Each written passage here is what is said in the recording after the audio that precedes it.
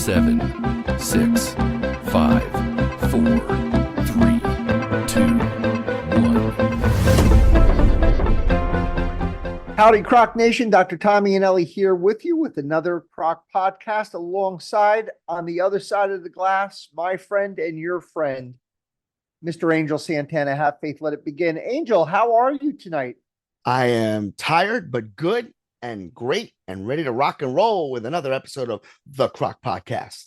So I understand that you were on a field trip with your daughter today and you were at the zoo. What great things did you see? What didn't we see? We saw bisons, we saw reptiles, we saw sea lions. She pet stingrays, and we rode the choo-choo train, and she face painted. We did it all. Oh my God, what a great dad you are. And I'm I'm simultaneously excited and yet a little apprehensive about today's podcast. Excited because I learned something really, really remarkable this week from a patient. And as you know, I like to share those lessons. But it is going to be a bit of a painful lesson. It's a lesson that I never thought I would have to learn. It's when you believe in something so strongly that every fiber of your body you think is correct.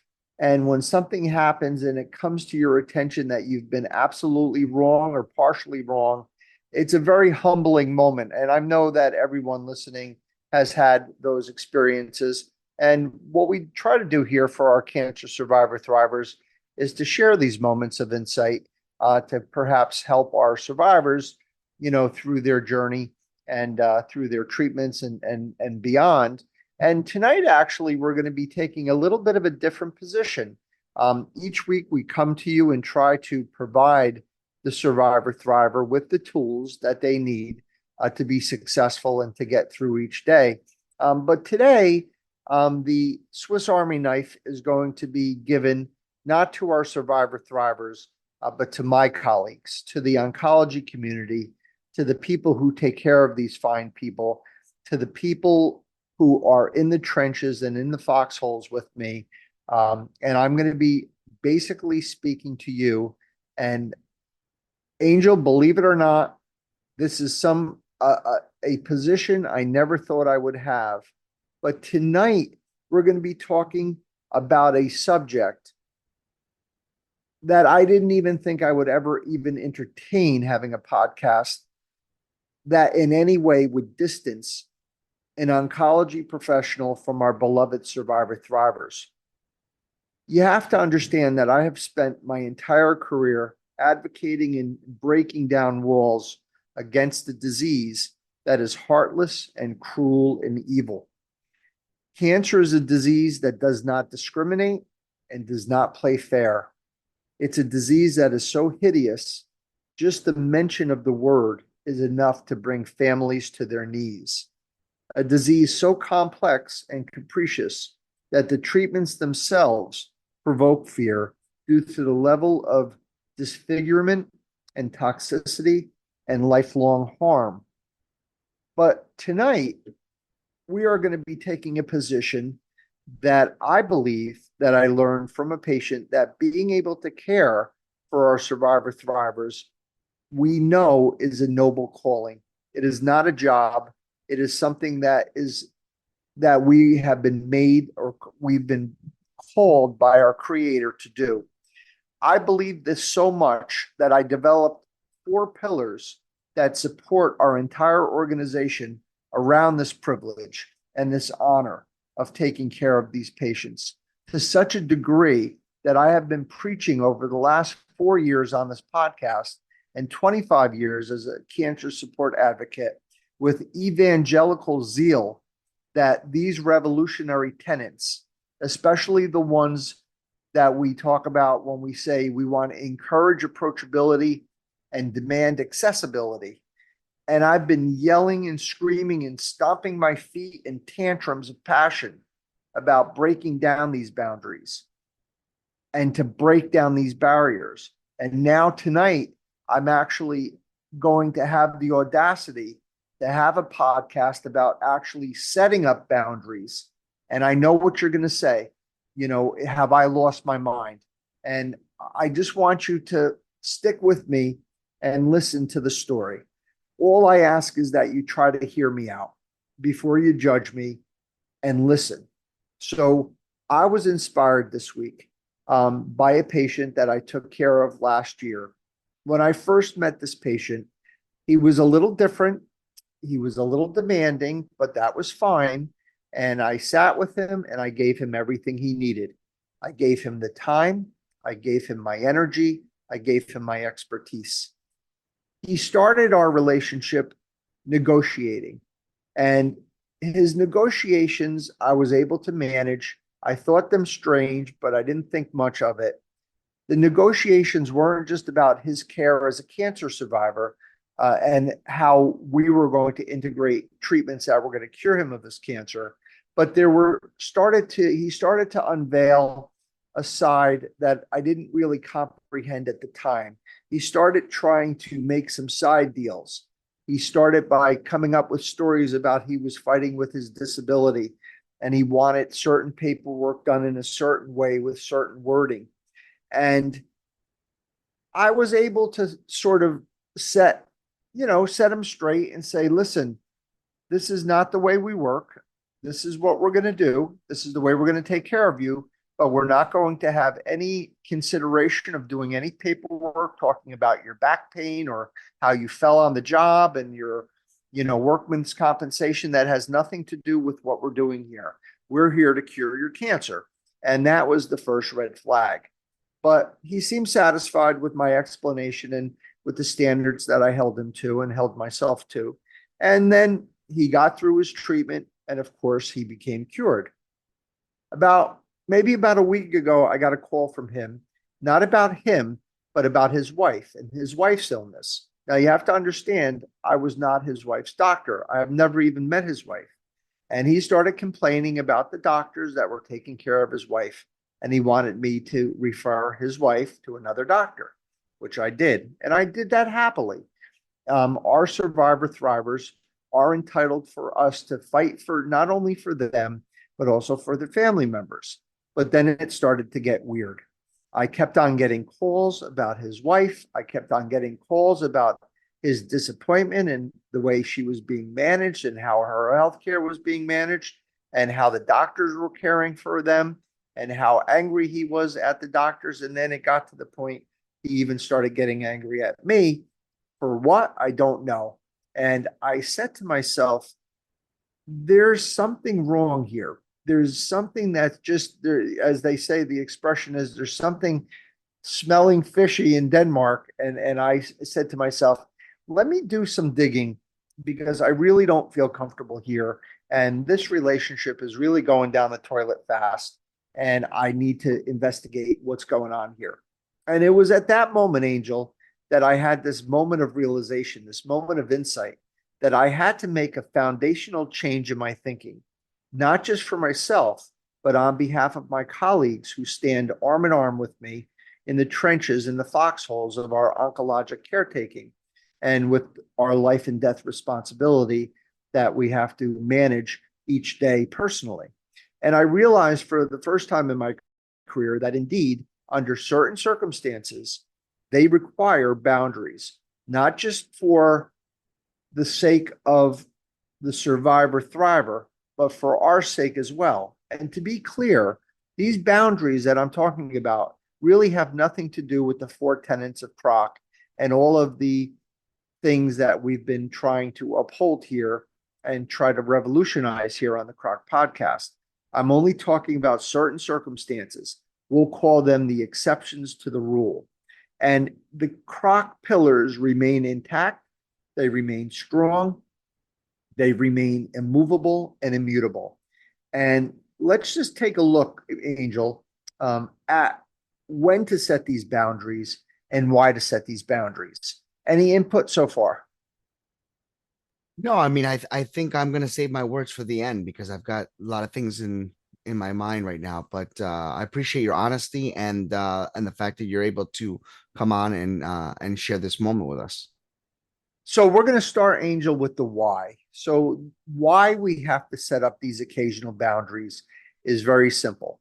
It's for caretaker burnout. We cannot allow burnout to take us out of the game, because if we get burnt out, we're not going to be of no use to anyone. We're not going to be any use to our patients, and we're not going to be any use to our families and our friends, and we're not going to be any use to ourselves.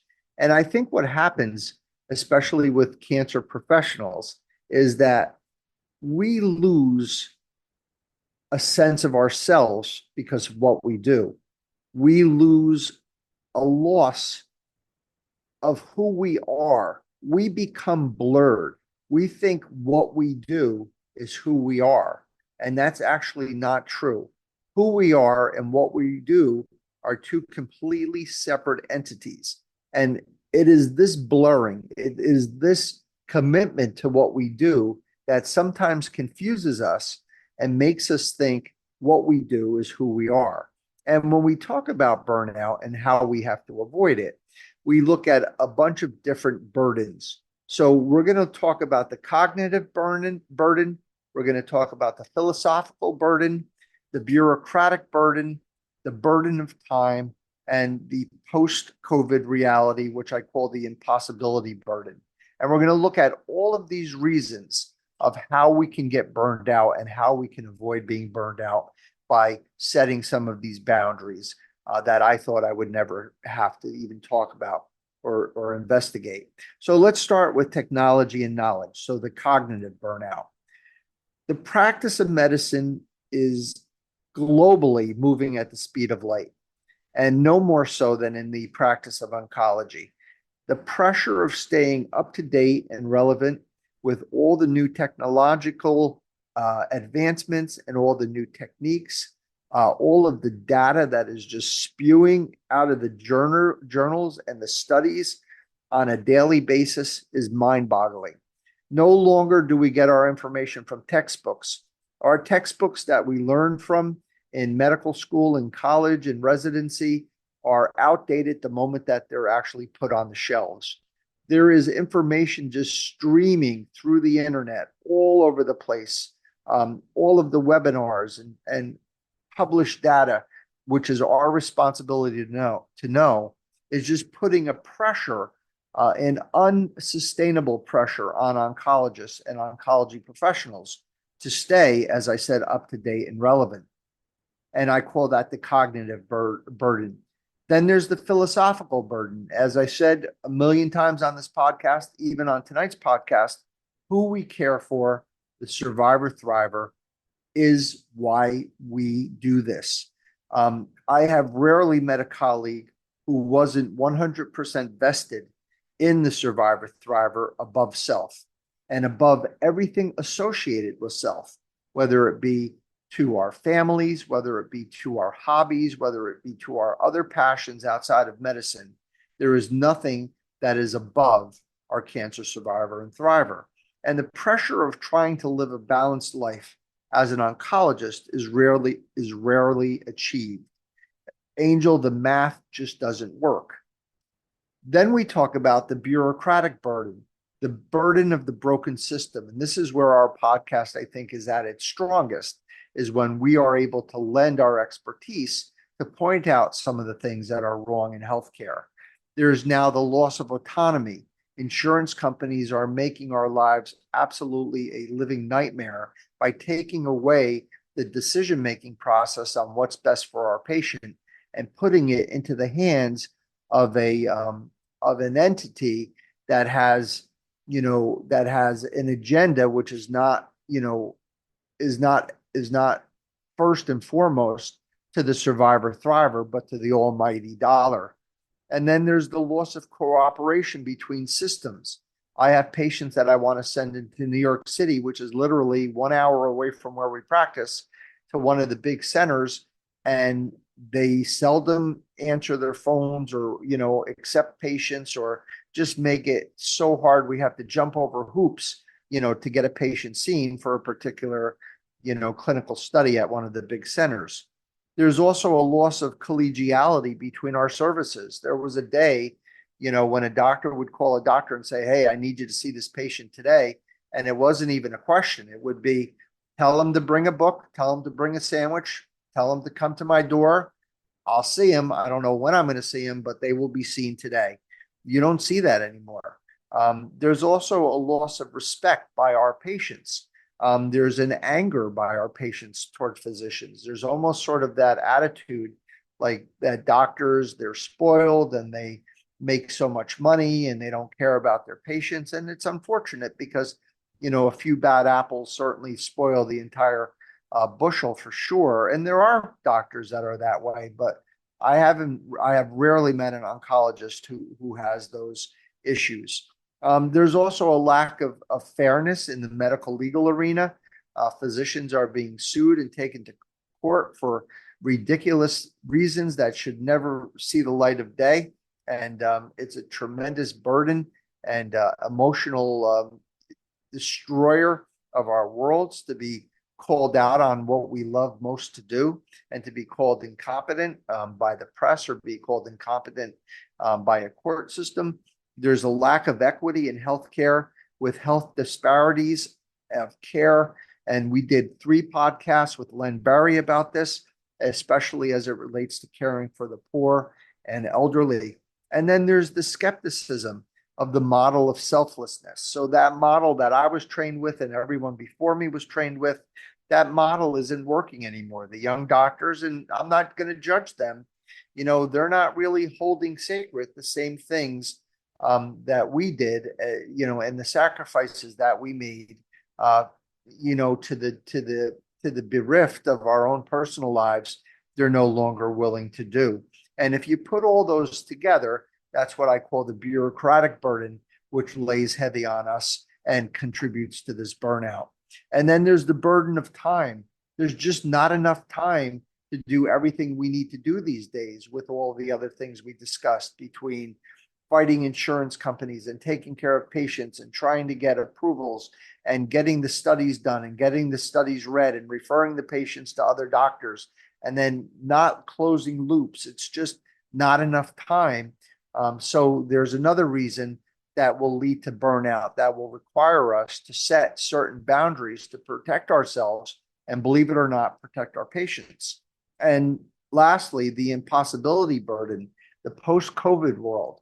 I don't think any physician, even epidemiologist, ever expected to see a disease, a pandemic to the degree that we saw with COVID and what it did to our world.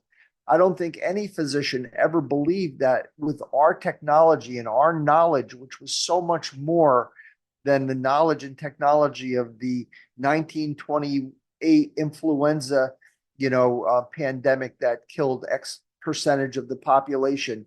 I think everyone in their minds read these stories and read these case reports and read these books and said, boy, that must have been awful. Thank God I'm never going to see this. And guess what? We saw it.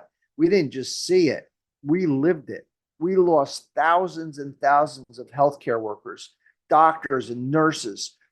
We saw the fear they must have had going in. And I wasn't on the front lines. I was sort of on the front lines in oncology, but I wasn't in the ERs and the ICUs where they had to put on all of this protective gear and work their 24-hour shifts or whatever, 36-hour shifts, caring for dying patients. And then, imagine if they felt warm or if they developed a cough, they probably were thinking their time is up, that their card was punched and they were ready to, they're ready to go to meet their maker.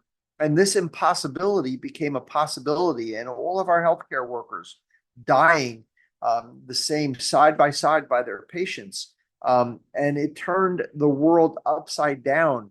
It changed the way we connect with each other. It changed everything. And if you put this all together, it all leads to the inevitability of this personal destruction that's rendering us unable to care for anyone, because we have become broken. We have become burnt out, and we have lost our faith in what we do.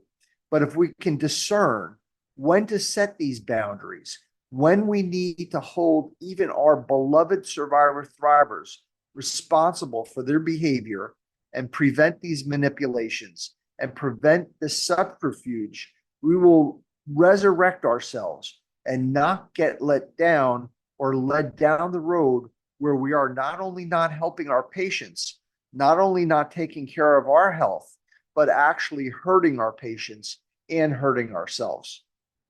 And I would absolutely love to talk about 6 where I think boundaries need to be set in 6 instances. I've only had a safety issue with 2 patients over my over 35 years, 40 years of medical care. And in each of these instances, I was placed in situations where I could have been harmed. By the grace of God, that never happened. And I was able to set up a situation where those patients that were threatening were taken out of our world. They were taken into, they were discharged from our clinic. But any physician, any healthcare worker, any oncologist who feels that they are unsafe by the unreasonable, thought processes or beliefs of a patient who might have mental illness, or a patient who, may have had expectations that did not align with reality, you need to immediately set a boundary and protect yourself. When I was coming into, at the time, Horton Hospital, one of the buildings was named after a physician who was actually shot and killed by a mentally ill patient because they felt that the outcome of the poor outcome of one of their loved ones was due to the fault of the doctor, which indeed it wasn't. The second category I want to talk about is irresponsibility. Got a call last weekend. A patient's daughter called me and in sort of even laughing, saying, "Oh, I forgot to tell you yesterday that, I need this medication renewed." And I said, I will do it for you tomorrow. I'm not going to do it for you today. I can't get into my computer. But why didn't you ask us this on Thursday or Friday or Wednesday or Tuesday? Did you not know that your father's medication was running out? And, obviously it wasn't a life-threatening situation, but it was irresponsible of that patient's family member. And we need to set boundaries to make sure that our patients and their family members realize that, we're here for them. We're here 100% entirely for them, but they do have to come and meet us halfway, and they do have responsibilities as well. The patient that we discussed that started this whole podcast fits under category 3, and that's entitlement. I think that the patient, felt that because we had a relationship, and it was a very good, trusting relationship, where, we had set up a situation where the patient knew what was going on, the patient knew the treatments, the patient got cured as predicted, and the patient did well. And they felt that because of that, that I owed them something, that I owed them the responsibility of not only caring for them, but also caring for their wife. And that's absolutely not true. I did not have a healing relationship with his wife. I had never met his wife. The fact that I tried to do him a favor by referring him to another physician, I probably shouldn't have done. And I should have just bowed out and just set my boundary then. But better late than never. And that's a warning for you all. Entitlement. Watch out for entitled patients. Manipulators and grifters. There are patients out there that want to take your medical license and use it for their benefit, use it for their disability, to stay out of work, to get workman's compensation. Be aware and set your boundaries. Drug seekers. Sadly, there are patients that are not only cancer patients / survivor thrivers, but also perhaps hooked on narcotic medications, and their addictions, unfortunately are stronger than their sense of fair play. And what they'll try to do is manipulate you to, to write a prescription. And New York State has an excellent rule. I believe it might even be countrywide, where they have the PMP, where we check before we write a narcotic to make sure that the patient isn't getting these narcotics from other providers. And if they are, all of a sudden that avenue just gets cut down. That's a boundary. And I think it's a righteous boundary. And last but not least, The patients that I really have a hard time letting go of, and these are wonderful people, wonderful, wonderful people, but they're not compliant. They do not listen. They don't come in for their appointments. They miss their appointments. They come in late for their appointments. You try to set them up for studies. You try to set them up for testing. You try to take care of them, but they don't let you take care of them because they don't do what you tell them to do. In these cases, you need to set up a boundary, because even though you think you're helping them and you're not giving up on them, and you feel that if you are to discharge them from your practice, that you're losing your heart and you become mean and awful and everything that Dr. Iannelli is screaming about every week about not to become. But guess what? You're not doing them any good. You're not only not helping them, you're hurting them, and you're putting yourself at risk for liability. And even more important than liability, you're putting yourself in a position of delivering substandard care. So, Angel, just to put it all together, I learned something very important from this patient this week. I learned something very important from this story. I learned that the most unhealthy thing a healer can do is stop questioning what we believe our methods to be, that we believe our methods and beliefs to be perfect. I believe that I learned that to stop thinking that everything I believe in is right, or even if it was right once, it must be right forever. That's not true. We need to continue to be skeptical of our thought processes and be skeptical of our beliefs, because they may be wrong or they may turn wrong, and we may need to make these adjustments.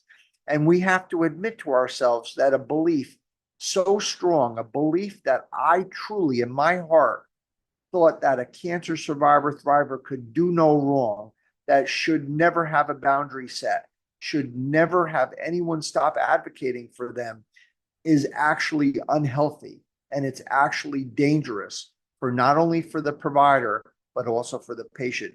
And lastly, I learned to be more wary of these red flags and to quickly squelch any possible interaction that could result in our burnout or in their poor outcome or their harm.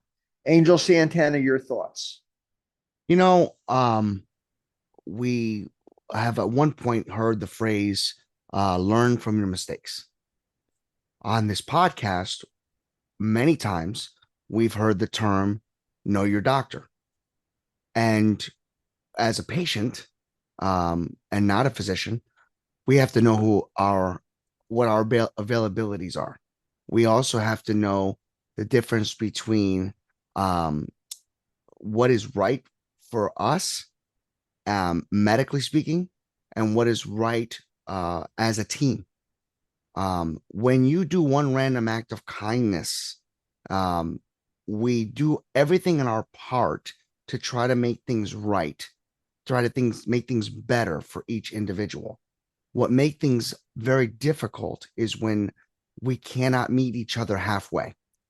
And one of the things that I think I've gotten out of this is that not only does this work as you, the physician, humbling yourself and sharing with us what you have experienced, but I think we have to use this also as a life lesson to understand that it's a team effort, and it all begins with each of us as individuals, because as you can see, it can be taken to a different level and ultimately could affect your well-being, your mental situation, and your medical situation. So in closing, I would say this: know your doctor, know your limitations, have open communication with your doctor, and know that your doctor is not the enemy. And you, the patient, can only be your worst enemy if you choose not to listen to the person that took an oath to do the best they could for your medical needs. Angel, thank you for your wise words as always. And I just want to end with my pep talk. So this was a very different podcast. It's a podcast that probably I've never made before, because I've never done a podcast where I haven't been 100% behind the survivor thriver. But there are instances, and very, very seldom and very unusual instances where a survivor thriver may be coming to the table not with the best or purest of intentions. Perhaps there is a survivor thriver who is just overwhelmed and just is looking, to just stay afloat and will do anything possible to do that, even at the risk of drowning their physician or their oncologist or their oncologic healthcare worker. There are instances where our safety as oncologists and as oncology professionals are limited or maybe even actually threatened by a mentally ill patient or a patient who's unhappy or doesn't have appropriate expectations. There are times when there are patients, as much as I'd like to tell you that every person that I meet on earth, I'd like to think have the purest of intentions. Sometimes that's not true. And we have to be very, very wary of those situations so we don't put ourselves at risk for burnout or for personal harm. And then there are circumstances where patients just need us to be understanding, and our survivor thrivers just need us to help set those boundaries, to help them know what's appropriate and what's not appropriate.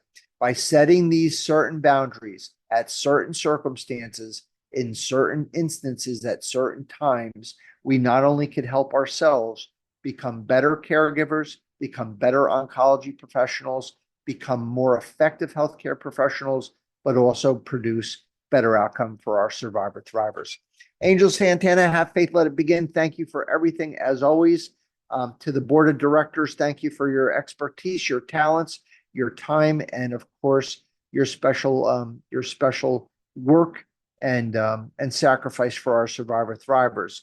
For our survivor thrivers, you guys are amazing. You guys are awesome. You guys are special. You guys are brave. You are loved. You are worthy. If you happen to be a person or a patient who has sometimes exhibited these types of red flags, I hope this has helped you too, to be able to see something in yourself that you could change, just as I saw something in myself that I needed to change. And I'd like to end this podcast as I end every podcast, and that's with a prayer, wishing each and every one of you out there a long, healthy, happy, and cancer-free life. God bless you. God be with you. Peace.